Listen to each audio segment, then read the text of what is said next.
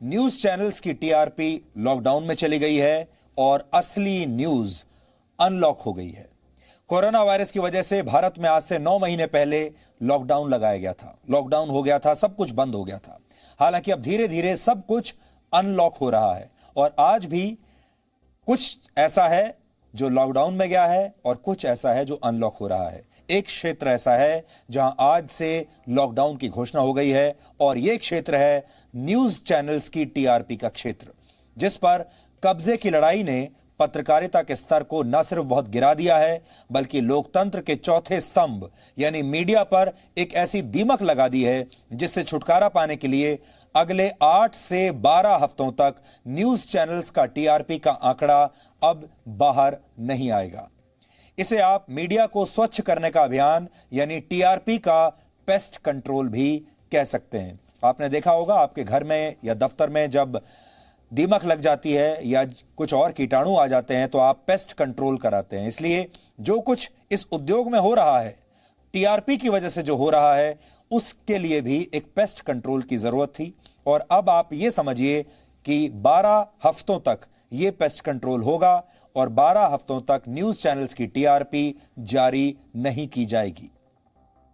हर हफ्ते गुरुवार के दिन टीआरपी यानी टेलीविजन रेटिंग पॉइंट जारी करने वाली संस्था बार्क, जिसका नाम है broadcast audience research council, BARC ने आज यह घोषणा की है कि अगले 8 से 12 हफ्तों तक अलग अलग न्यूज चैनल्स की टीआरपी के आंकड़े जारी नहीं किए जाएंगे। इनमें हिंदी न्यूज चैनल्स हैं, अंग्रेजी न्यूज चैनल हैं, बिजनेस न्यूज चैनल हैं और क्षेत्रीय भाषाओं के सभी न्यूज चैनल्स शामिल होंगे। बार्क का कहना है कि इस दौरान उनकी टेक्निकल कमेटी टीआरपी मापने के मौजूदा मापदंडों का रिव्यू करेगी और जिन घरों में टीआरपी मापने वाले मीटर लगे हैं वहां हो रही किसी भी तरह की छेड़छाड़ को और धांधली को रोकने की कोशिश की जाएगी।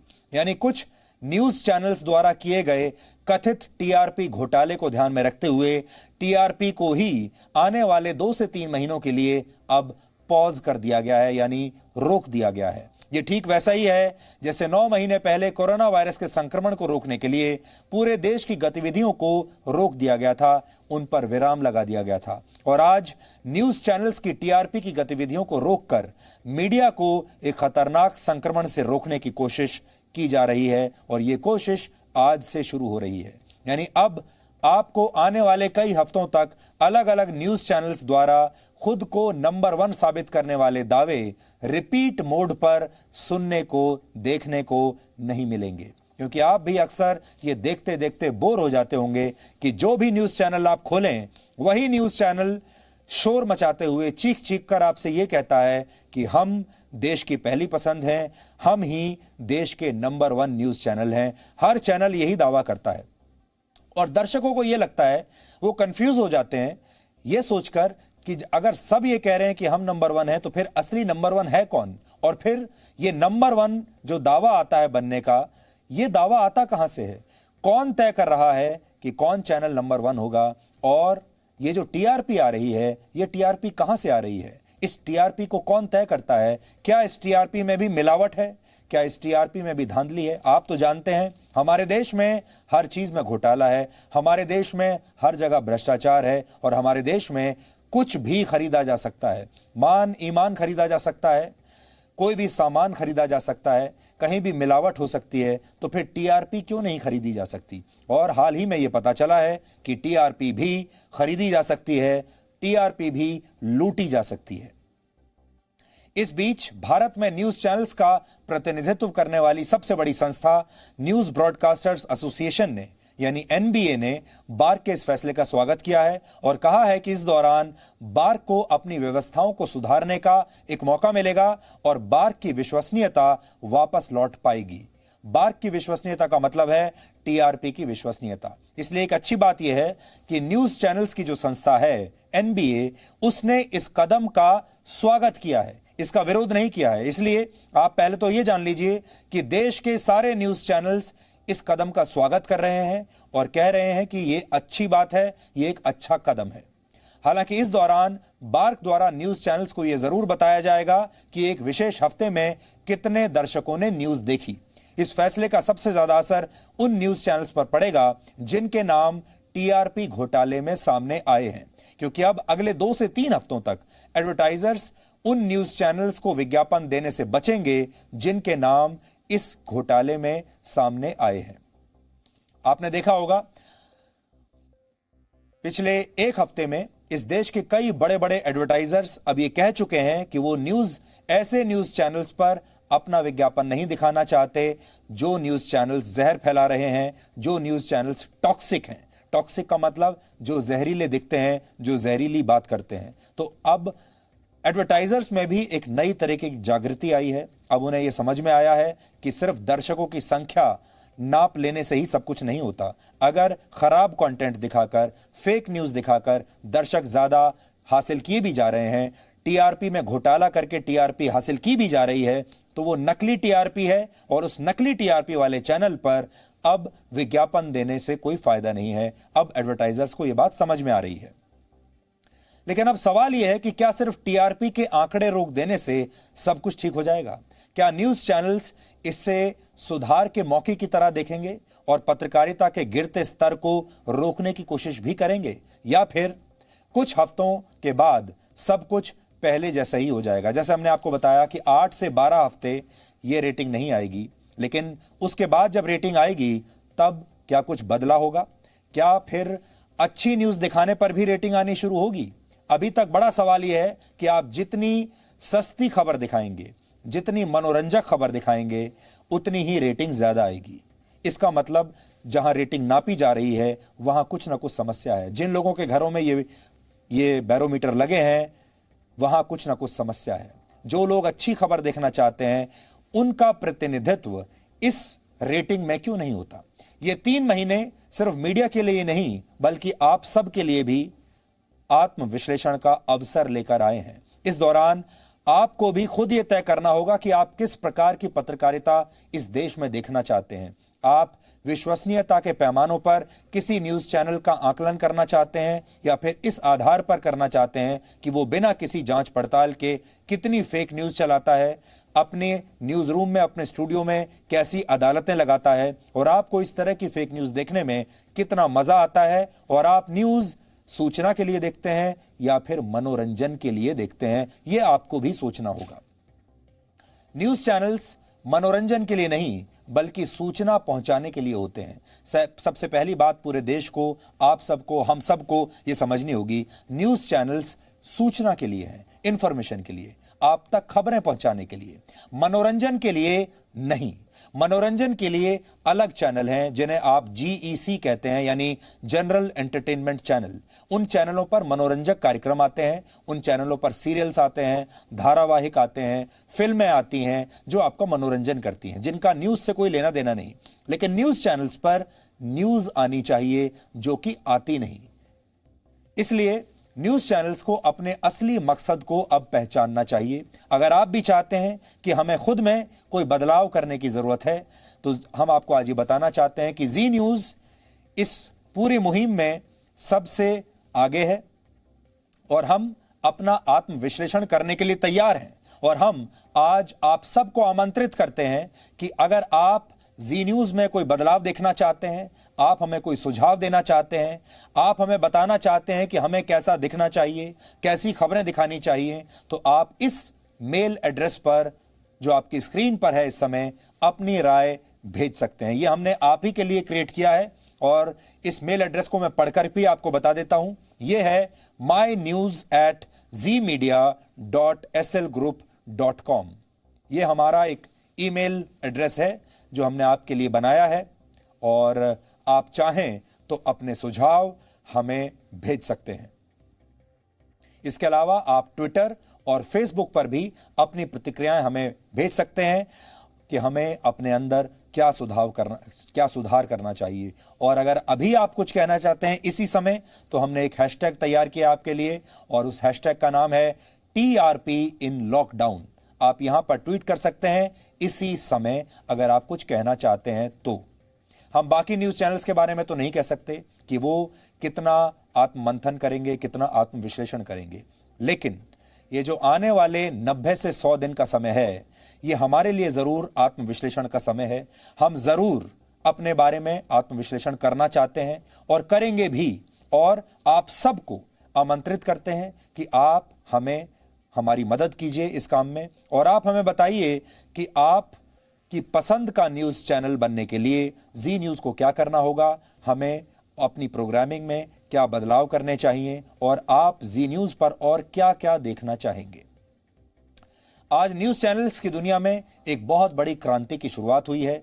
अगले 3 महीनों तक कोई न्यूज़ चैनल अब ये नहीं कह पाएगा कि वो नंबर 1 है। आपको याद होगा, अब से पहले तक सब न्यूज़ चैनल्स यही कहते थे, ये दावा करते थे कि हम ही नंबर 1 न्यूज़ चैनल हैं, और इस होड़ में ये न्यूज़ चैनल्स असल में मांसाहारी बन गए थे। इन न्यूज़ चैनल्स के मुंह खून लग चुका था, और ये लालच इस हद तक बढ़ चुका था कि अगर न्यूज़ चैनल्स को किसी की जान भी लेनी पड़े तो वो ऐसा करने में भी चूकेंगे नहीं। लेकिन अब दर्शक 3 महीनों तक शांति से न्यूज़ चैनल्स देख पाएंगे। ये देश भर के न्यूज़ चैनल्स के लिए आत्ममंथन का, आत्मविश्लेषण का समय है, जैसा कि हम आपको आगे बता चुके हैं पहले भी।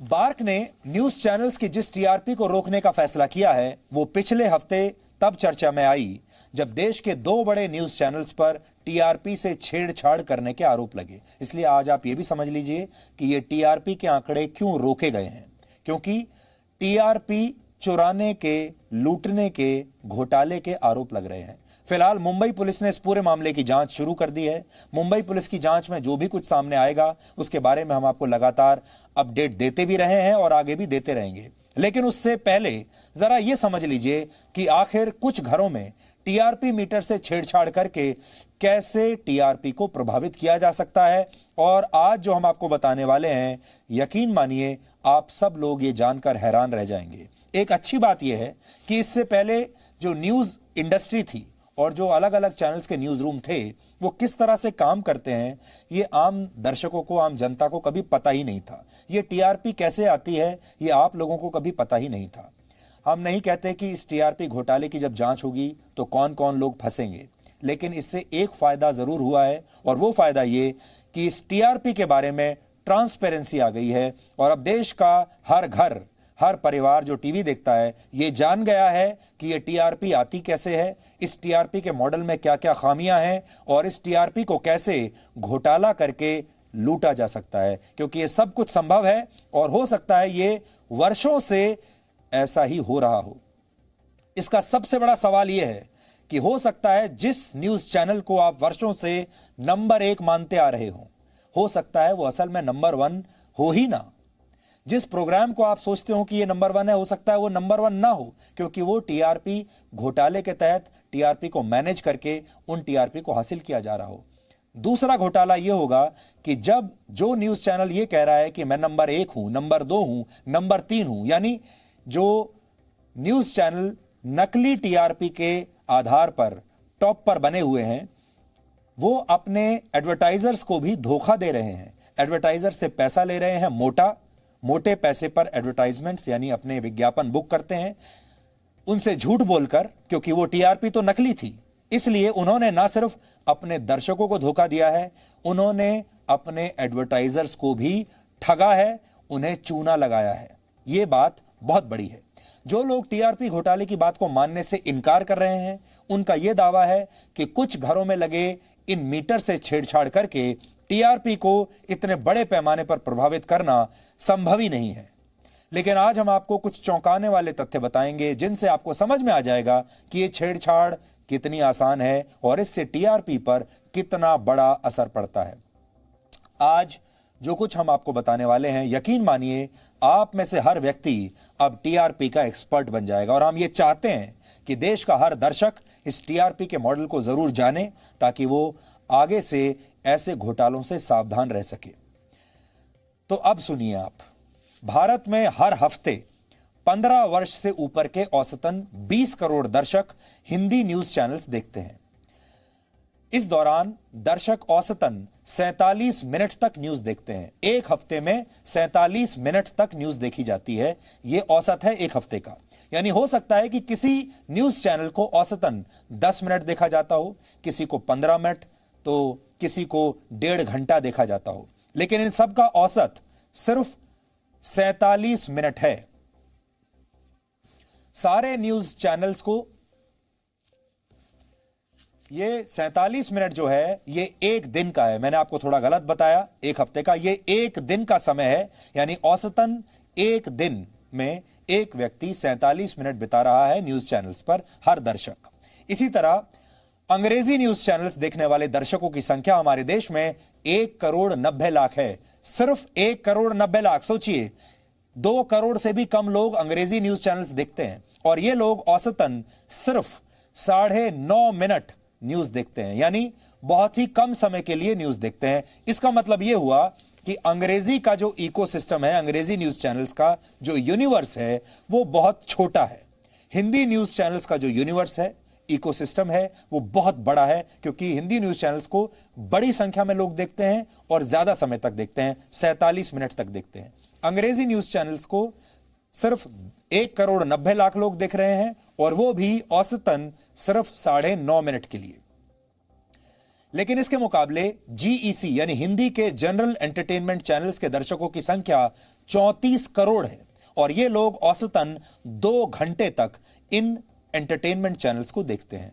ये आपको इसलिए बता रहे हैं ताकि आप अंतर समझ सकें एंटरटेनमेंट चैनल और न्यूज चैनल्स की व्यूअरशिप में। न्यूज चैनल्स की व्यूअरशिप एंटरटेनमेंट चैनल की व्यूअरशिप के मुकाबले काफी कम है। यानी जनरल एंटरटेनमेंट चैनल्स, वो चैनल्स जहां आप सीरियल देखते हैं, धारावाहिक देखते हैं, फिल्में देखते हैं, इन चैनल्स के दर्शकों की संख्या न सिर्फ न्यूज देखने वाले दर्शक 1.5 गुना ज्यादा है, बल्कि इन पर दर्शकों द्वारा जो समय खर्च किया जाता है वो भी करीब 2 गुना ज्यादा है। पिछले 2 हफ्तों में आईपीएल मैचों के दौरान स्पोर्ट्स चैनल्स देखने वाले दर्शकों की संख्या भी न्यूज चैनल से कहीं ज्यादा आगे निकल गई है। पिछले 2 हफ्तों में करीब 21 करोड़ लोगों ने स्पोर्ट्स चैनल देखे हैं और इन पर औसतन 76 मिनट खर्च किए हैं। यानी मार्केट के नजरिए से न्यूज चैनल्स की हिस्सेदारी फिलहाल बहुत छोटी है। फिर भी इस पर कब्जे को लेकर न्यूज चैनल्स सभी दायरों के बाहर चले जाते हैं और नतीजों में दर्शकों को सच्ची नहीं बल्कि सिर्फ सनसनीखेज खबरें दिखाई जाती हैं। विज्ञापन देने वाली कंपनियां आपको घड़ी से लेकर गाड़ी तक इसी टीआरपी के आधार पर बेचती हैं। जिस चैनल की जितनी ज्यादा टीआरपी होती है उसे उतने ही महंगे विज्ञापन मिलते हैं। लेकिन अब न्यूज चैनल्स के लिए रेटिंग के आंकड़े जारी नहीं होने से एडवर्टाइजर्स न्यूज चैनल्स के पिछले कुछ हफ्तों के प्रदर्शन के आधार पर ही उन्हें विज्ञापन देंगे। लेकिन जैसा कि हमने आपको बताया, इससे उन चैनल्स को काफी नुकसान होगा जिनके नाम इस टीआरपी घोटाले में सामने आए हैं। सबसे बड़ा नुकसान उन्हीं चैनल्स को होने वाला है। ये आंकड़े देखकर आप समझ गए होंगे कि टेलीविजन की दुनिया में न्यूज चैनल्स की हिस्सेदारी बहुत ज्यादा नहीं है। लेकिन एक बात याद रखिएगा, हिस्सेदारी तो ज्यादा नहीं है, लेकिन न्यूज चैनल्स का जो असर है, उनकी जो धार है, वो बहुत तेज है। न्यूज चैनल्स की जो धार है, ये सबसे धारदार चैनल माना जाता है क्योंकि ये सीधे आपके दिमाग को हिट करता है, ये आपके सोचने समझने की शक्ति को हिट करता है, ये आपकी राय बनाने में या बिगाड़ने में आपकी मदद करता है। इसलिए लोगों की जो सोच है उस पर सबसे ज्यादा प्रहार न्यूज चैनल का होता है। इसलिए जो मारक क्षमता है न्यूज चैनल की, वो किसी मिसाइल से भी ज्यादा है। देश भर में 44,000 घरों में इस समय टीआरपी को मापने वाले मीटर लगे हुए हैं। सोचिए, सिर्फ 44,000 घरों में टीआरपी मापने वाले मीटर लगे हैं, ओनली 44,000। और विशेषज्ञों के मुताबिक दिन भर में औसतन ज्यादा से ज्यादा 3,500 या 4,000 मीटर्स पर ही हिंदी न्यूज रिकॉर्ड की जाती है। यानी इन 44,000 मीटर्स में से ज्यादा 4,000 मीटर्स पर ही हिंदी न्यूज चैनल्स रिकॉर्ड होती है। यानी सिर्फ 10% लोग ही हिंदी न्यूज चैनल्स देखते हैं, सिर्फ 10% दर्शक।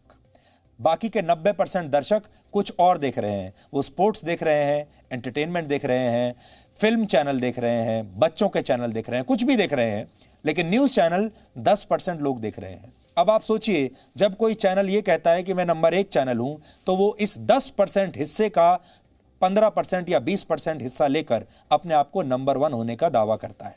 अब इन 3,500 या 4,000 घरों में से करीब 50 घरों को भी अगर प्रभावित कर लिया जाए और इन घरों के लोगों को एक विशेष न्यूज चैनल 4 से 5 घंटे देखने के लिए कह दिया जाए, तो उस चैनल की टीआरपी 6% तक बढ़ सकती है।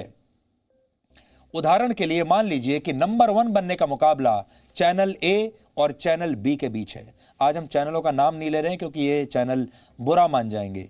बड़े आजकल माहौल ऐसा चल रहा है कि किसी का नाम ले दीजिए, सच बोल दीजिए तो लोग बुरा मान जाते हैं, इसलिए आज चैनलों का नाम नहीं लेते। लेकिन आप समझ जाएंगे। मान लीजिए चैनल ए और चैनल बी के बीच लड़ाई चल रही है और दोनों नंबर 1 बनना चाहते हैं। और मान लीजिए कि इस हफ्ते चैनल ए की टीआरपी यानी मार्केट शेयर 17% है, यानी हिंदी न्यूज देखने वाले 17% लोग चैनल ए को देख रहे हैं, जबकि चैनल बी की जो मार्केट शेयर है वो 14% है, यानी चैनल ए और बी के बीच 3% का फासला है। अब अगर चैनल बी ने 50 घरों को प्रभावित कर लिया, यानी रिश्वत देकर 50 घरों को टेम्पर कर लिया, 50 घरों को 500-500 रुपए दे दिए और कह दिया कि हर रोज 5 घंटे हमारा चैनल देखो, तो चैनल बी जो कि 3% पीछे है, उसकी टीआरपी और उसका मार्केट शेयर 14% से बढ़कर सीधे 20% हो जाएगा। और हो सकता है कि चैनल ए की टीआरपी सिर्फ 1 या 2% ही बढ़े। ऐसे में चैनल बी टीआरपी से छेड़छाड़ करके, टीआरपी का घोटाला करके, टीआरपी को चुरा के, टीआरपी को लूट के, टीआरपी को खरीद के, कुछ भी करके अगर उसने 50 घरों को भी प्रभावित कर लिया, और आप सोचिए कितना पैसा लगेगा। जो अभी घोटाला हुआ है उसमें तो यह बताया गया है कि उन घरों को 500-500 रुपए दिए जा रहे हैं। तो अब आप खुद से कैलकुलेट कर लीजिए, 50 घर को 500 रुपए अगर दिए जाएं, 50 गुना 500, तो कितने कम रुपए में 25,000 रुपए में आप खर्च करके इस देश का नंबर 1 न्यूज चैनल बन सकते हैं और अपने विज्ञापनदाताओं को, अपने एडवर्टाइजर्स को ठग सकते हैं। उन्हें बता सकते हैं कि हम महंगे दाम पर अब अपना विज्ञापन आपसे लेंगे और आपको ज्यादा दाम देना पड़ेगा। तो 50 अगर घर आपने मैनेज कर लिए, उसी से पूरा खेल पलट सकता है। यह खेल इतना छोटा है। आज हमने इस विषय पर कुछ वरिष्ठ पत्रकारों से भी बात की और उन्होंने कहा कि न्यूज चैनल्स को अब अपने वर्षों पुराने मॉडल को बदलना होगा और सच्ची, रिसर्च बेस्ड और ग्राउंड रिपोर्टिंग पर आधारित खबरों को प्राथमिकता देनी होगी, ऐसी खबरों को जो लोगों के जीवन से जुड़ी हुई हैं। आप भी आगे बढ़ने से पहले इन वरिष्ठ पत्रकारों की बात सुनिए। कंटेंट के बल पर जो अच्छा जनता जो चाहती है, जनता असली जानकारी चाहती है, सूचना चाहती है न्यूज़ चैनल से, एंटरटेनमेंट चैनल से भी, उसमें भी वो कोई सामाजिक सरोकार है, कोई सांस्कृतिक है, कोई आर्थिक मामलों पर है, उसके पीछे भी उद्देश्य यही होता है कि एक अच्छा संदेश जाए समाज में। हम जब वो काम नहीं करेंगे तो टीआरपी पर और दुनिया भर में जो हमारी छवि बिगड़ती है उस पर भी असर पड़ता है। और इस दृष्टि से मेरा ऐसा मानना है कि जो कदम उठाया गया है वो बिल्कुल ठीक है। फ़िलहाल जिस तरह का है, एक तो उस पूरी टीआरपी की इस पूरे कंसेप्ट को लेकर के भी इससे पुनर्विचार की एक संभावना जो खुलते हैं, दरवाजे खुलते हैं कि उसका तरीका क्या हो, कैसे उसको बढ़ाया जाए आगे, कैसे उसकी लोकप्रियता इस आधार पर देखी जाए क्या अच्छा है। प्राइवेट बड़ी कंपनियां भी हैं जो अपने विज्ञापन भी देती है, उनको उसका टीआरपी का रेट न देख करके उसकी गुणवत्ता के आधार पर उसको प्रचारित करना चाहिए। कोई स्वास्थ्य की अच्छी सूचना दे रहा है, एक हो रहा है कि आप ये कर लीजिए, वो कर लीजिए, जादू मंत्र जैसे होता है ना, पहले वो विज्ञापन बंद भी हुए कि भाई गोलगप्पा खा लेंगे तो आप ठीक हो जाएंगे। तो ऐसे कोई उसको ज़्यादा यदि देख रहा है तो क्या आप उसको विश्वसनीय मानेंगे? तो कंटेंट के आधार पर भी प्रिंट और इलेक्ट्रॉनिक मीडिया में विज्ञापन की नीति पर भी ध्यान दिया जाना चाहिए, चाहे वो पब्लिक ब्रॉडकास्टर हो चाहे प्राइवेट ब्रॉडकास्टर्स हो। ये भी टीआरपी के साथ जोड़ने पर विचार की आवश्यकता है, क्योंकि आप उन जनता तक पहुंचाना है जिनको वो भरोसा करते हैं। ये हमारे देश में भी लोगों को कम मालूम है कि टीआरपी के लिए भी एक विदेशी एजेंसी के साथ ही ये सारा जुड़ा हुआ मामला है। मेरा मानना है कि सबसे नंबर 1 टीआरपी के लिए भी होना भी है तो पूर्ण भारतीकरण हो, विदेशी फार्मूला ही नहीं चल सकता। हम कई बार डिबेट्स को ट्रिवियल बना रहे हैं और डिबेट्स जो टीवी पे हैं they have become very loud, मतलब इतना मसाला है उसमें, इतना कि वो अब स्वाद नहीं आने लगा है, उसका स्वाद खराब होने लगा है। तो हमें उसको चेंज करना है और डिबेट्स को करने से है कि जो मीडिया का मॉडल पिछले 20 साल में वीक किया गया टीवी मीडिया का, उसमें क्या डिबेट करना बहुत आसान है, 8 लोगों को बिठाइए, उसमें कोई खर्चा नहीं लगता है। जबकि अगर आपको एक इंसाइसिव स्टोरी करनी है तो उसमें रिसर्च लगती है, आपको फील्ड में जाना पड़ता है, रिपोर्टर लगते हैं। तो वो फर्क है डिबेट और उसमें। तो जो शोज ऐसे हैं जिनमें डिबेट नहीं है, वो शोज वैसे हैं जिनमें एक दम है, जिनमें एक डेप्थ है, रिसर्च है। तो मेरा कहना है कि चौराहे पे अगर कोई खड़ा होकर चीखेगा तो 40-50 लोग तो इकट्ठे हो ही जाएंगे। ऐसे ही अगर आप टीवी चैनल पे अगर आप रोज शोर मचाएंगे और ड्रामा करेंगे और एंटरटेनमेंट करेंगे तो वो न्यूज कहाँ रह गई है। और न्यूज में एक बैलेंस होना, दोनों पहलू रखना, अपने बायसेस को साइड पे रखना, अपने प्रेजुडिसेस को साइड पे रखना इंपॉर्टेंट है। एडवर्टाइजर्स देखते हैं ऑडियंसेस बार्क के डेटा से, और उसको देखने के कारण से वो एडवर्टाइजिंग लगाते हैं, पैसा लगाते हैं, रेट क्या होना चाहिए, कितना लगना चाहिए। सो उनके लिए एक करेंसी है ratings. So we can not throw the baby with the bath water. अगर हम बच्चे को नहला रहे हैं तो हम पानी बाहर फेंके ना, बच्चे को थोड़ा बाहर फेंक देंगे। तो इम्प्रूवमेंट की जरूरत है बार्क में, और मुझे पूरी आशा है कि इम्प्रूवमेंट होगी और कोर्स करेक्शन होगी। तो यहाँ अब आप इतना तो समझ गए होंगे कि ये सब पैसे का खेल है, ये सब पैसे के लिए होता है।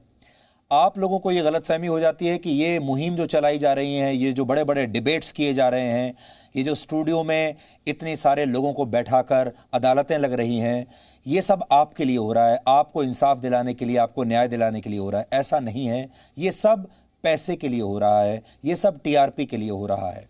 और अभी हमारे एक एक्सपर्ट अनुराग बत्रा ने जो बात कही वो आप अपने जीवन में भी सोच कर देखिए। आपके अड़ोस पड़ोस में, आपके मोहल्ले में, चौराहे पर, सड़क पर अगर आपको कहीं भी दो लोगों के बीच में कोई लड़ाई झगड़ा होते हुए दिखाई देता है, दो लोगों की गाड़ी भी अगर आपस में टकरा जाती हैं और वो आपस में एक दूसरे के साथ गाली गलौज करते हैं या एक दूसरे के साथ लड़ाई करते हैं सड़क पर, चीख चीख कर, चिल्ला चिल्ला कर, तो आपने देखा होगा अक्सर वहां भीड़ जमा हो जाती है। आप भी अपनी गाड़ी धीमी करके जरूर थोड़ी देर के लिए रुक जाते हैं कि देख लेते हैं क्या है, और फ्री का मनोरंजन आपको वहां देखने को मिलता है। आपको कई बार यह हैरानी होती होगी कि सारे के सारे न्यूज चैनल्स एक जैसे प्रोग्राम क्यों दिखाते हैं। सारे के सारे न्यूज चैनल्स आजकल आपको प्राइम टाइम में डिबेट्स क्यों दिखाने लगे।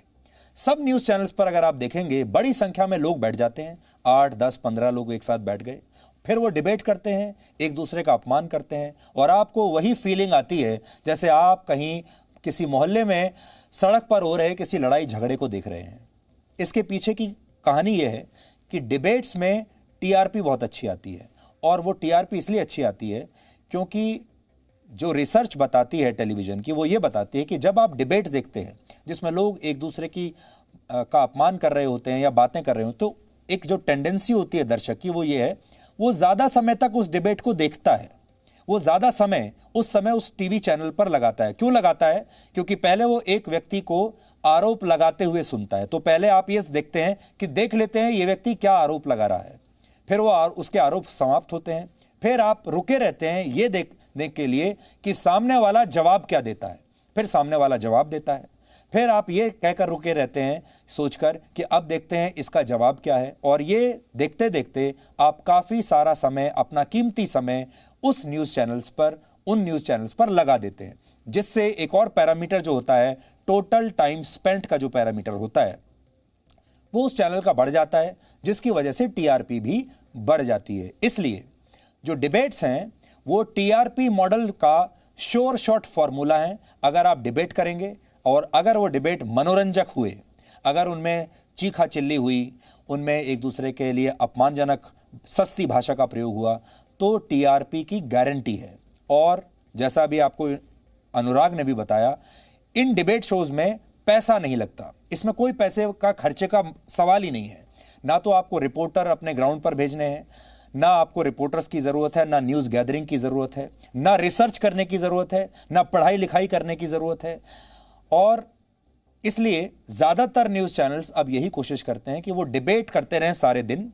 और आपने ये देखा होगा कि ग्राउंड रिपोर्टिंग अब धीरे धीरे न्यूज चैनल से गायब होती जा रही है, इसलिए क्योंकि ग्राउंड रिपोर्टिंग मुश्किल है। ग्राउंड रिपोर्टिंग में पैसा भी लगता है और ग्राउंड रिपोर्टिंग में मेहनत भी बहुत लगती है। अब के जो बिजनेस मॉडल है न्यूज़ चैनल्स के, उनमें न्यूज़ चैनल्स रिपोर्टर्स पर पैसा खर्च नहीं करना चाहते, वो रिपोर्टर्स को बाहर नहीं भेजना चाहते। इस बात को आप समझिए। अगर आप भी इस मुद्दे पर अपनी कोई प्रतिक्रिया इस समय देना चाहते हैं तो आप #TRP इन लॉकडाउन पर ट्वीट करके इसी समय अपनी राय दे सकते हैं। आपकी स्क्रीन पर आ रहा है TRP इन लॉकडाउन। आप सबके लिए यह गंभीर मुद्दा इसलिए है क्योंकि ये पूरा की पूरा जो बिजनेस मॉडल बनाया गया है, पूरा की पूरा बिजनेस मॉडल पैसे के लिए बनाया गया है और यहां पैसा जो लिया जा रहा है वो आपके नाम पर लिया जा रहा है। यहां पर कमोडिटी प्रोडक्ट आप हैं। आपको ऐसा लगता है कि आप मुफ्त में ये न्यूज़ चैनल्स देख रहे हैं और आपको कोई पैसा नहीं खर्च करना पड़ रहा, लेकिन आप ये भूल गए कि ये सब कुछ पूरे मॉडल में आप प्रोडक्ट हैं। आप ये न्यूज़ चैनल देख रहे हैं, इसी चीज़ का पैसा न्यूज़ चैनल अपने एडवर्टाइजर से ले रहा है। अब यहां एक सवाल यह भी है कि अगर न्यूज़ चैनल्स खुद में सुधार कर भी लें और आपको सच्ची और साफ सुथरी खबरें दिखाने भी लगें, तो क्या न्यूज़ चैनल्स को पहले जैसी टीआरपी मिलेगी? और क्या टीआरपी मापने के लिए जो व्यवस्था फिलहाल लागू है, क्या वो व्यवस्था पर्याप्त है? क्या वो व्यवस्था उन लोगों को प्रोत्साहित करती है जो अच्छी खबरें दिखा रहे हैं, जो सच्ची खबरें दिखा रहे हैं? जवाब है नहीं। अगर आपने सच्ची खबर दिखाई, साफ सुथरी खबर दिखाई, डिबेट्स करने बंद कर दिए, तो आपकी टीआरपी शर्त या जमीन पर आ जाएगी। जमीन पर आ जाएगी तो एडवर्टाइजर्स को लगेगा कि लोग आपको देख नहीं रहे और एडवर्टाइजर्स आपके यहां विज्ञापन नहीं देंगे। जब विज्ञापन नहीं देंगे, आपको पैसा नहीं मिलेगा, आपके लिए अपने रिपोर्टर्स की तनख्वाह देना भी मुश्किल हो जाएगा। धीरे धीरे आप मजबूरी में वापस डिबेट शुरू करेंगे, वापस सस्ती खबर देना शुरू करेंगे। जैसे ही सस्ती और मनोरंजक खबरें देंगे, टीआरपी बढ़ने लगेगी, विज्ञापन वापस आ जाएंगे, पैसा आने लगेगा और उसके बाद लोग सोचेंगे यही मॉडल सही है। इस समय पूरे देश के 44,000 घरों में टीआरपी को मापने वाले मीटर हैं और इन घरों में कुल मिलाकर 1,80,000 लोग रहते हैं और ये 1,80,000 लोगों की जेब में ही आपकी पसंद और नापसंद की चाबी है। यानी ये देश की जनसंख्या का सिर्फ 0.1% है। अब आप सोचिए कितने कम लोग, इतने कम लोग ये कैसे तय कर सकते हैं कि आपको क्या दिखाया जाना चाहिए और क्या नहीं दिखाया जाना चाहिए, क्या मॉडल सफल है, क्या असफल है। भारत में जनसंख्या के हिसाब से सबसे छोटी लोकसभा सीटों में से एक है अंडमान और निकोबार। यह सबसे छोटी लोकसभा सीट है जहां वोटर्स की संख्या सिर्फ 2.5 लाख है। अब 1,80,000 लोगों की पसंद और नापसंद को अंतिम मान लेना ऐसा ही है जैसे सिर्फ अंडमान और निकोबार के लोग भारत के लोकसभा चुनाव में वोट डालें और सिर्फ इन्हीं एक सीट की वोटों के आधार पर पूरे भारत के लोकसभा चुनावों की पसंद और नापसंद मान ली जाए। यह बिल्कुल वैसा ही है। टेलीविजन के विज्ञापनों का सालाना बाजार 32,000 करोड़ रुपए है। बहुत बड़ा बिजनेस है। 32,000 करोड़ दांव पर लगे हुए हैं। इसलिए हम आपको कह रहे हैं यह सारा खेल पैसे का है। इसे अगर हम उन 1,80,000 लोगों के बीच बराबर बांट दें जिनके घर में टीआरपी मापने वाले बैरोमीटर लगे हैं, तो हर व्यक्ति के हिस्से में 17,77,777 रुपए आएंगे। हर एक व्यक्ति की जो कीमत है चैनल देखने की, पसंद करने की और नापसंद करने की, वो है 17,77,000 रुपए। लेकिन दुर्भाग्य यह है कि इन लोगों को शायद इस बात का एहसास ही नहीं है कि इनकी कीमत इतनी ज्यादा है और ये बेचारे लोग 500 रुपए लेकर अपनी पसंद और नापसंद को बेच देते हैं और बाकी के बड़े बड़े चैनल और एडवर्टाइजर्स यहां से करोड़ों रुपए कमा लेते हैं।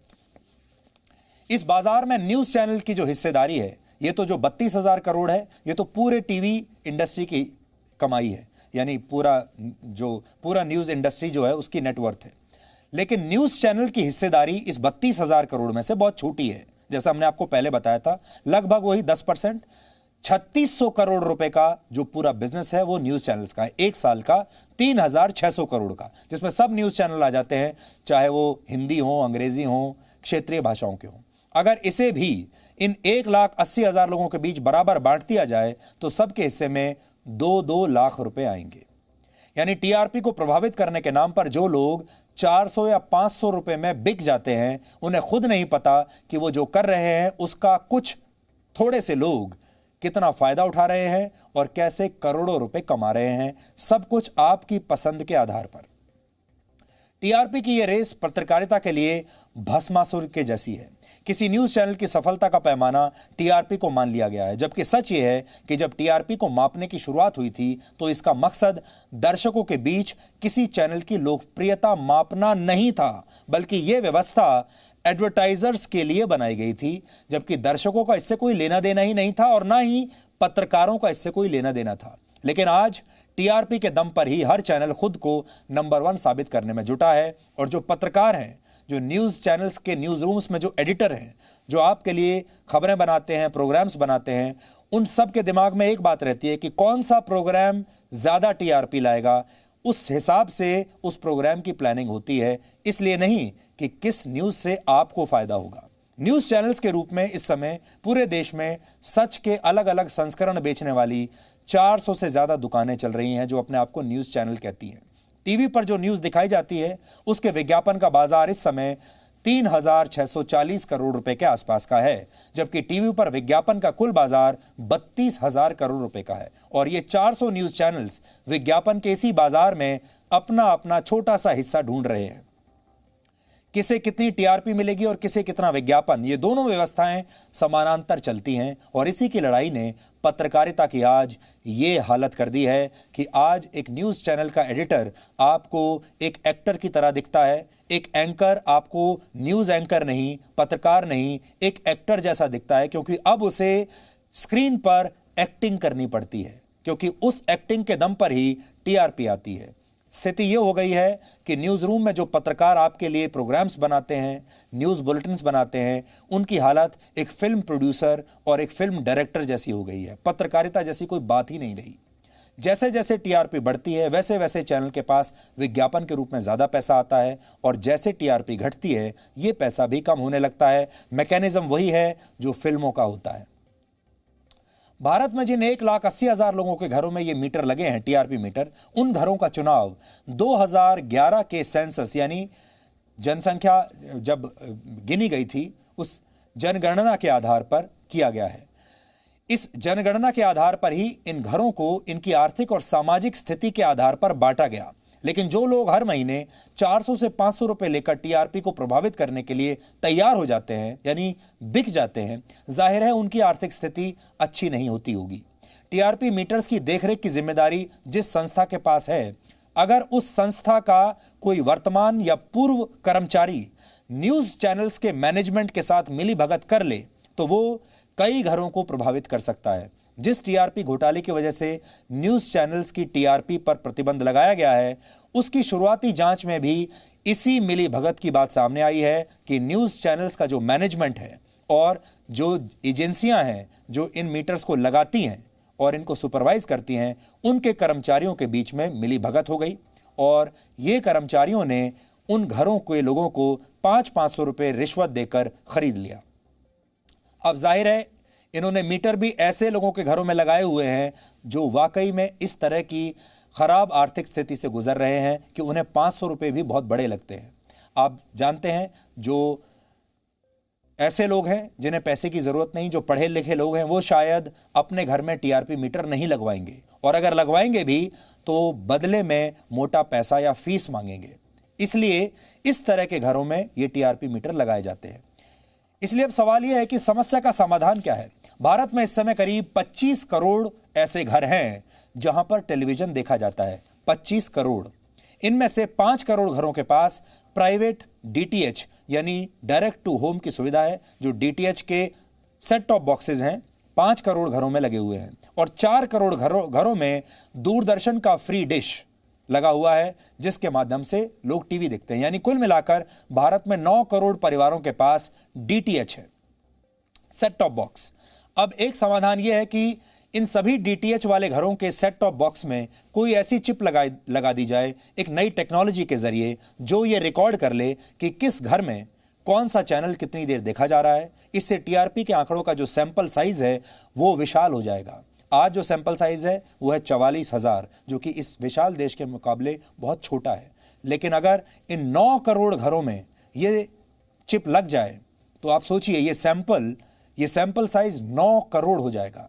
तब आपको ये पता चलेगा कि ये देश वाकई में क्या देखना चाहता है, और तब आपको न्यूज चैनल्स में भी बदलाव दिखेगा। लेकिन इसमें एक बड़ी बाधा यह है कि ये सभी DTH जो सेट टॉप बॉक्सेस हैं, ये वन वे टेक्नोलॉजी पर काम करते हैं, यानी इन सेट टॉप बॉक्सेस के माध्यम से डाउनलिंक तो संभव है, लेकिन आप अपना डेटा बाहर नहीं भेज सकते। अगर इस टेक्नोलॉजी को बदला जाए तो इस पर बहुत खर्चा आएगा, और ये खर्च या तो ब्रॉडकास्टर्स को उठाना होगा, या फिर एडवर्टाइजर्स को उठाना होगा, या फिर बार्क को उठाना होगा, जिस एजेंसी के काम ये पूरा की पूरा डेटा आएगा। लेकिन आप जानते हैं हमारे देश में सुधार के नाम पर पैसा खर्च करने की आदत किसी को नहीं है, इसलिए इस टेक्नोलॉजी के लिए कोई पैसा नहीं खर्च करना चाहता, और इसीलिए ये टेक्नोलॉजी कभी हमारे देश में आई ही नहीं। इसलिए हो सकता है 12 हफ्तों के बाद भी इस व्यवस्था को पूरी तरह से बदलना संभव ना हो। इसमें हो सकता है छोटी मोटी फाइन ट्यूनिंग हो जाएगी, लेकिन लगभग व्यवस्था यही रहेगी। मुंबई की झुग्गी झोंपड़ियों में भी TRP को रिकॉर्ड करने वाले ऐसे मीटर लगे हुए हैं। आज हमारी टीम मुंबई के इस इलाके में पहुंची और यह समझने की उन्होंने कोशिश की कि इस घोटाले को कैसे अंजाम दिया जाता था, और इस दौरान हमें क्या पता चला, आज आपको देखना चाहिए। मैं इस वक्त मुंबई की एक ऐसी बस्ती के एक ऐसे घर में हूं जहां पर TRP कैलकुलेट करने वाला बैरोमीटर इंस्टॉल किया गया है। आखिर ये बैरोमीटर होता क्या है? ये बैरोमीटर एक ऐसी मशीन होती है जिसकी लोकेशन आमतौर पे बहुत ही ज़्यादा कॉन्फिडेंशियल होती है। हालांकि हमें ये मौजूदा लोकेशन मुंबई पुलिस ने दर्ज की FIR के बाद ही पता चली है। जहां पर भी ये बैरोमीटर इंस्टॉल किए जाते हैं, आमतौर पर ये देखा गया है कि एजेंसियां उस परिवार को महीने के 300 से 400 रुपये अदा करते हैं, ताकि इस पैसे से वे अपने बिजली के बिल का भुगतान कर सकें और बदले में अपने घर पर इस बैरोमीटर को इंस्टॉल कर सकें। देखा यह भी गया है कि आमतौर पर मिडिल क्लास या अपर मिडिल क्लास के जो परिवार हैं, वो अपने घरों में 300-400 रुपये प्रतिमाह के लिए इस बैरोमीटर को इंस्टॉल नहीं करते, और यही वजह है कि जो झुग्गी झोपड़ियाँ हैं या जहाँ पर जो लोग आर्थिक रूप से कमज़ोर हैं, आर्थिक रूप से संपन्न नहीं हैं, ऐसे घरों में ही इस बैरोमीटर को इंस्टॉल किया जाता है, जिन्हें महीने के 300 से 400 रुपये दिए जाते हैं। तो आपने देख लिया खुद अपनी आंखों से कैसे घरों में ये TRP के बैरोमीटर लगे हुए हैं, और ये जो घर हैं और जो लोग यहाँ देख रहे हैं, चाहे वो एक सेटिंग के जरिए, भ्रष्टाचार के जरिए देख रहे हैं या अपनी पसंद से भी देख रहे हैं, ये लोग तय करते हैं कि न्यूज चैनल्स पर कैसी न्यूज चलेंगी। मीडिया को समाज का आईना माना जाता है, लेकिन आज इस आईने को ही साफ करने की जरूरत है। इस पर एक बड़े विशेषज्ञ ने जो कहा, वो बात आज आपको ध्यान से सुननी चाहिए। इससे आपको समझ आएगा कि मीडिया की असली भूमिका क्या है। लोगों का बहुत भरोसा है न्यूज़ चैनलों पर, और उसकी वजह यही है कि लोग समझते हैं कि न्यूज़ समाज का आईना है, लेकिन कहीं ना कहीं इसमें दरार पड़ रही है। इस आईने में दरार पड़ रहा है, ये आईना धूमिल होता जा रहा है, और शायद समाज का वो प्रतिबिंब नहीं दिखा रहा है जो इसे दिखाना चाहिए। मुझे लगता है जनता अपेक्षा करती है कि वो ऐसी छवि दिखाए जो सचमुच घटित हो रही है। आज हमने दर्शकों से भी पूछा कि वो बार्क के इस फैसले पर क्या सोचते हैं और उन्हें भविष्य में न्यूज चैनल से क्या उम्मीदें हैं। आज आपको देश के आम लोगों की बातें भी सुननी चाहिए।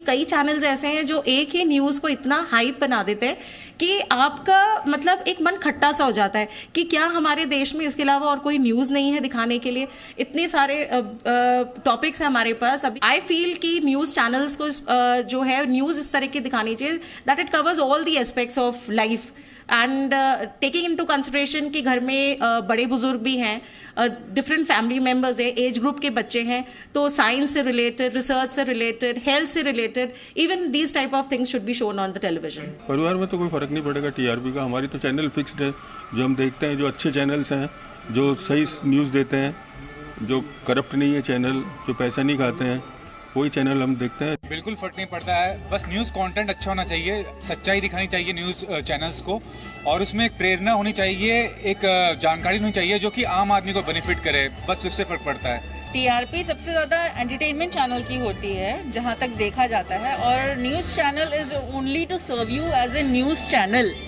Specifically for news. तो इट डजंट मेक सेंस कि उसकी TRP आई या नहीं आई।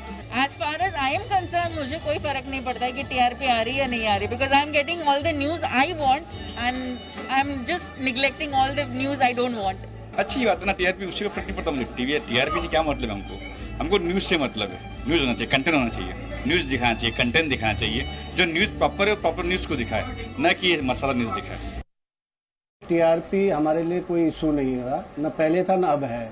वो आप न्यूज़ चैनलों के लिए अपना इशू हो सकता है टीआरपी। हमें तो यही है कि जो जिसमें भी हमें कुछ ऐसा हो जिसमें सच्चाई दिख रही हो या उसे कुछ सीखने को मिले। न्यूज़ चैनल क्या है बेसिकली, अगर घर में बच्चे हैं वो कोई चैनल देख रहे हैं तो चैनल तो कई तरह की न्यूज़ दिखाते हैं, लेकिन उनके बच्चों पे क्या उसका इम्प्रेस पड़ता है, किस तरह की न्यूज़ है, वो भी तो फर्क पड़ता है ना। हम लोग टीवी देखते हैं, हमें टीआरपी से कोई लेना देना नहीं होता इनसे कि टीआरपी क्या है। हमें तो इस बारे में जान के जब आजकल जो न्यूज़ चल रहा है तो हमें टीआरपी के बारे में कुछ पता चला कि टीआरपी कुछ चीज़ है, तो हम तो न्यूज़ चैनल देखते हैं जो अच्छी न्यूज़ देता है।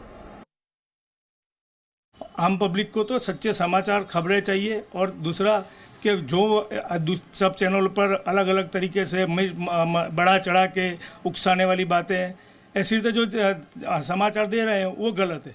अगर समाचार खबरों के चैनल है तो उसको खबरें ही देनी चाहिए।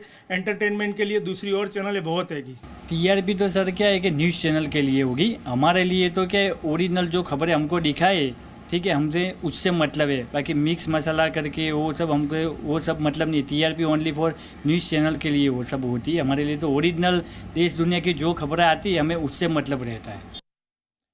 तो देश का आम दर्शक क्या कहता है आपने देख लिया, और मुझे पूरा यकीन है आपकी भी यही राय होगी। लेकिन दुर्भाग्य ये है कि इन सब लोगों का और आपकी राय का भी टीआरपी पर कोई प्रतिनिधित्व नहीं है। जो टीआरपी जो डिसाइड कर रहे हैं लोग, वो किसी और ही दुनिया के लोग हैं। अगले 84 दिनों तक सभी न्यूज़ चैनल्स के पास अब एक बहुत बड़ा अवसर है कि वो कैसी जानकारी अपने दर्शकों तक पहुंचाना चाहते हैं, उसमें सुधार कर सकें। किसी भी न्यूज़ चैनल का उद्देश्य आप तक ज़रूरी सूचनाएं पहुंचाना होना चाहिए, और इसका आधार मन मर्जी की खबरें नहीं बल्कि रिसर्च, तथ्यों और ग्राउंड रिपोर्टिंग पर आधारित होना चाहिए। और यही पत्रकारिता का सच्चा धर्म है। आप हमारी न्यूज़ देखकर आपके परिवार को क्या फ़ायदा हो सकता है, आपके परिवार में जो आपके बच्चे हैं उन्हें क्या फ़ायदा हो सकता है, क्या हम आपके परिवार में जो छात्र हैं उन्हें स्कॉलरशिप दिलवा सकते हैं, आपके परिवार में जो युवा हैं क्या वो न्यूज़ देखकर रोज़गार पा सकते हैं, क्या आपके परिवार में जो महिलाएं हैं हम उनके जीवन में कोई मदद कर सकते हैं, आपके परिवार में जो बाकी सदस्य हैं जो आपके बुज़ुर्ग हैं क्या हम उनके जीवन में कोई बदलाव ला सकते हैं, क्या हम आपके पूरे परिवार को इकट्ठा कर सकते हैं, एकजुट कर सकते हैं और ऐसा कुछ बना सकते हैं कि आप पूरा परिवार एक साथ बैठकर न्यूज़ देख सकें। अगर आप भी चाहते हैं कि हम अपने आप में कुछ बदलाव करें तो आप हमें इस बारे में इस ईमेल एड्रेस पर लिख सकते हैं। हमने पहले भी आपको बताया था, आप फिर से नोट कर लीजिए अगर पहले छूट गया हो तो। इस ईमेल एड्रेस पर आप हमें लिखिए। इसके अलावा आप हमें ट्विटर पर या फेसबुक पर भी राय दे सकते हैं। आप सब हमारा ट्विटर एड्रेस जानते हैं, फेसबुक पर हमारा एड्रेस आप अच्छी तरह से जानते हैं, और हमारी कोशिश रहेगी कि हम आने वाले दिनों में भी बदलाव करके आपको सिर्फ सकारात्मक सूचनाएं ही देते रहें और सही खबरें ही आप तक पहुंचाएं। अब एक ऐसी खबर जिसमें टीआरपी बिल्कुल जीरो रहेगी।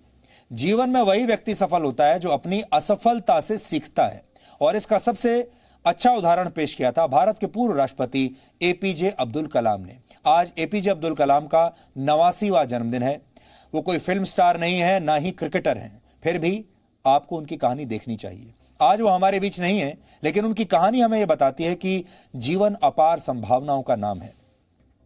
डॉक्टर कलाम बचपन में अपने परिवार का खर्च उठाने के लिए अखबार बेचा करते थे और एक दिन वो भारत के राष्ट्रपति बन गए। इस दौरान उन्होंने विज्ञान की दुनिया में भी भारत का नाम रोशन किया और एक सच्चे राष्ट्रभक्त के तौर पर उन्होंने सैन्य शक्ति के मामले में भारत को एक मजबूत राष्ट्र में बदल दिया। इसलिए आज हम कलाम साहब के जीवन के अलग अलग पहलुओं को समझने की कोशिश करेंगे और आपको बताएंगे कि भारत के 20 करोड़ मुसलमान और भारत के युवा उनके जीवन से क्या सीख सकते हैं। इस्लाम और विज्ञान मिलकर कैसे कलाम बन सकता है। डॉक्टर अब्दुल कलाम कहते थे, अगर आप असफल भी हो जाएं तो आपको उम्मीद नहीं छोड़नी चाहिए, क्योंकि उनकी नजर में अंग्रेजी के शब्द फेल का अर्थ असफलता नहीं था। अब आप सोचिए, अंग्रेजी का एक शब्द है फेल, FAIL, बल्कि वो इसका अर्थ जो निकालते थे वो था फर्स्ट अटेम्प्ट इन लर्निंग, यानी असफलता सीखने की दिशा में पहला प्रयास, उसका मतलब है फेल। और सफलता को लेकर वो कहते थे कि अपनी पहली सफलता पर जश्न मनाने की जरूरत नहीं और इसके बाद आपको आराम से बैठे नहीं रहना चाहिए, क्योंकि अगर आप अपने दूसरे प्रयास में असफल हो गए तो लोग कहेंगे कि आपको जो पहली सफलता मिली थी वो सिर्फ किस्मत की वजह से मिली थी। सफलता और असफलता पर कलाम साहब द्वारा कही गई यही दो बातें हमारे आज के विश्लेषण का आधार हैं।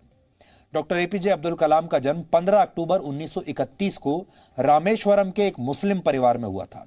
डॉक्टर कलाम बचपन से ही हवाई जहाज उड़ाना चाहते थे। जब वो 5वीं कक्षा में थे तब आसमान में उड़ती हुई चिड़िया देखकर उन्होंने अपने शिक्षक सुब्रमण्यम अय्यर से एक सवाल पूछा था कि ये चिड़िया आसमान में कैसे उड़ती हैं।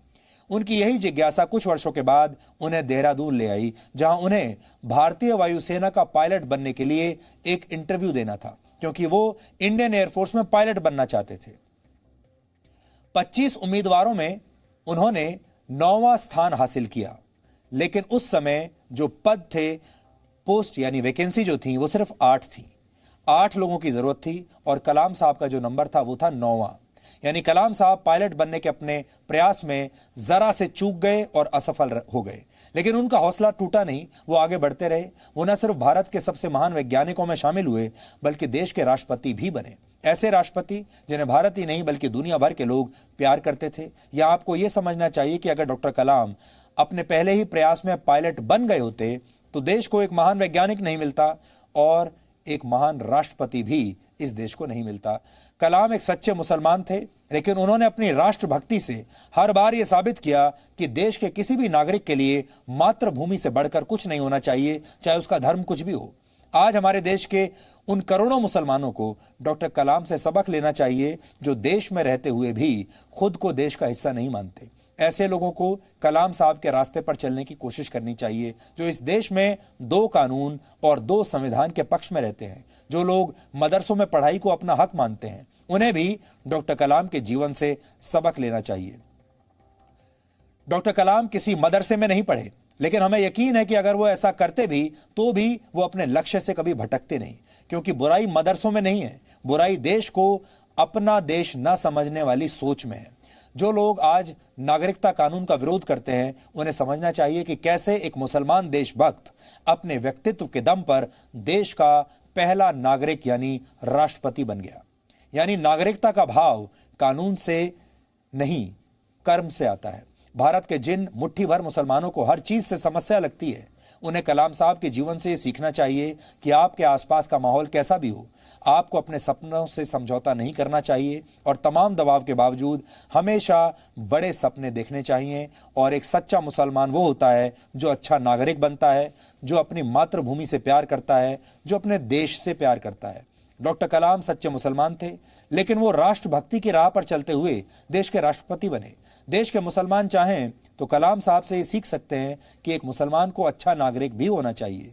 यही बात कुरान में भी लिखी है और हमें लगता है कि मुसलमानों को ही नहीं, हर धर्म के लोगों को ये बात सीखनी चाहिए। डॉक्टर कलाम राष्ट्रवादी थे। पहले उन्होंने एक वैज्ञानिक की तरह देश की सेवा की, देश की सेनाओं को ताकतवर बनाने वाली मिसाइलों का निर्माण किया और राष्ट्रपति बनने के बाद भी उनके लिए देश ही सबसे ऊपर रहा। आप कह सकते हैं कलाम का असली अर्थ है विज्ञान प्लस इस्लाम, यानी विज्ञान और इस्लाम एक साथ अगर चलें तो वो कलाम बनते हैं। आप चाहें तो कलाम साहब और उनके जीवन को सेकुलरिज्म की आदर्श परिभाषा मान सकते हैं। वो खुद एक मुसलमान थे, उन्होंने ईसाई स्कूल से पढ़ाई की और भारत की परंपराओं को पूरी तरह से अपनाया। वो भगवत गीता भी पढ़ते थे और वीणा भी बजाते थे। उन्होंने कभी भी भारत की परंपराओं को हिंदू और मुसलमानों में बांटने की कोशिश नहीं की। अब आपको बताते हैं कि देश के युवा डॉक्टर कलाम से क्या सीख सकते हैं। डॉक्टर कलाम एक मशहूर वैज्ञानिक थे, बाद में राष्ट्रपति बने, लेकिन इन पदों पर रहने के बावजूद उनकी सादगी पर कोई असर नहीं पड़ा। डॉक्टर कलाम जीवन भर एक आम इंसान बने रहे। आजकल के युवा उनसे ये जरूर सीख सकते हैं कि जीवन भर अपनी सफलताओं के बावजूद आम इंसान बने रहना चाहिए। डॉक्टर कलाम ने कहा था, सपने वो होते हैं जो आपको सोने ना दें। बड़े बड़े सपने देखने वाले भारत के युवाओं के लिए एक बड़ी सीख है, क्योंकि देश के ज्यादातर युवा अपने सपनों को पूरा करने से पहले ही हार मान लेते हैं, यानी किसी छोटी सी मुश्किल का भी मुकाबला नहीं कर पाते। उनकी एक और बड़ी बात है जीवन भर सीखते रहना। डॉक्टर कलाम मानते थे जीवन में सीखने की प्रक्रिया हमेशा चलती रहनी चाहिए, जारी रहनी चाहिए। वर्ष 2007 में डॉक्टर कलाम ने यूरोपियन यूनियन की संसद में एक भाषण दिया था। उन्होंने अच्छे व्यक्तित्व की परिभाषा को जिन शब्दों में बयान किया था वो आज आप सबको सुनने चाहिए। As we say in India, where there is righteousness in the heart, there is beauty in the character. When there is beauty in the character, there is harmony in the home. When there is harmony in the home, there is an order in the nation. When there is order in the nation, there is peace in the world.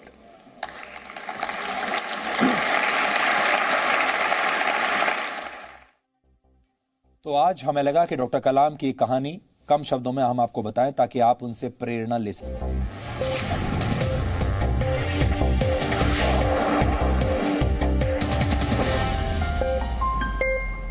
Presenting B News app, available on Google Play and App Store. Download it now.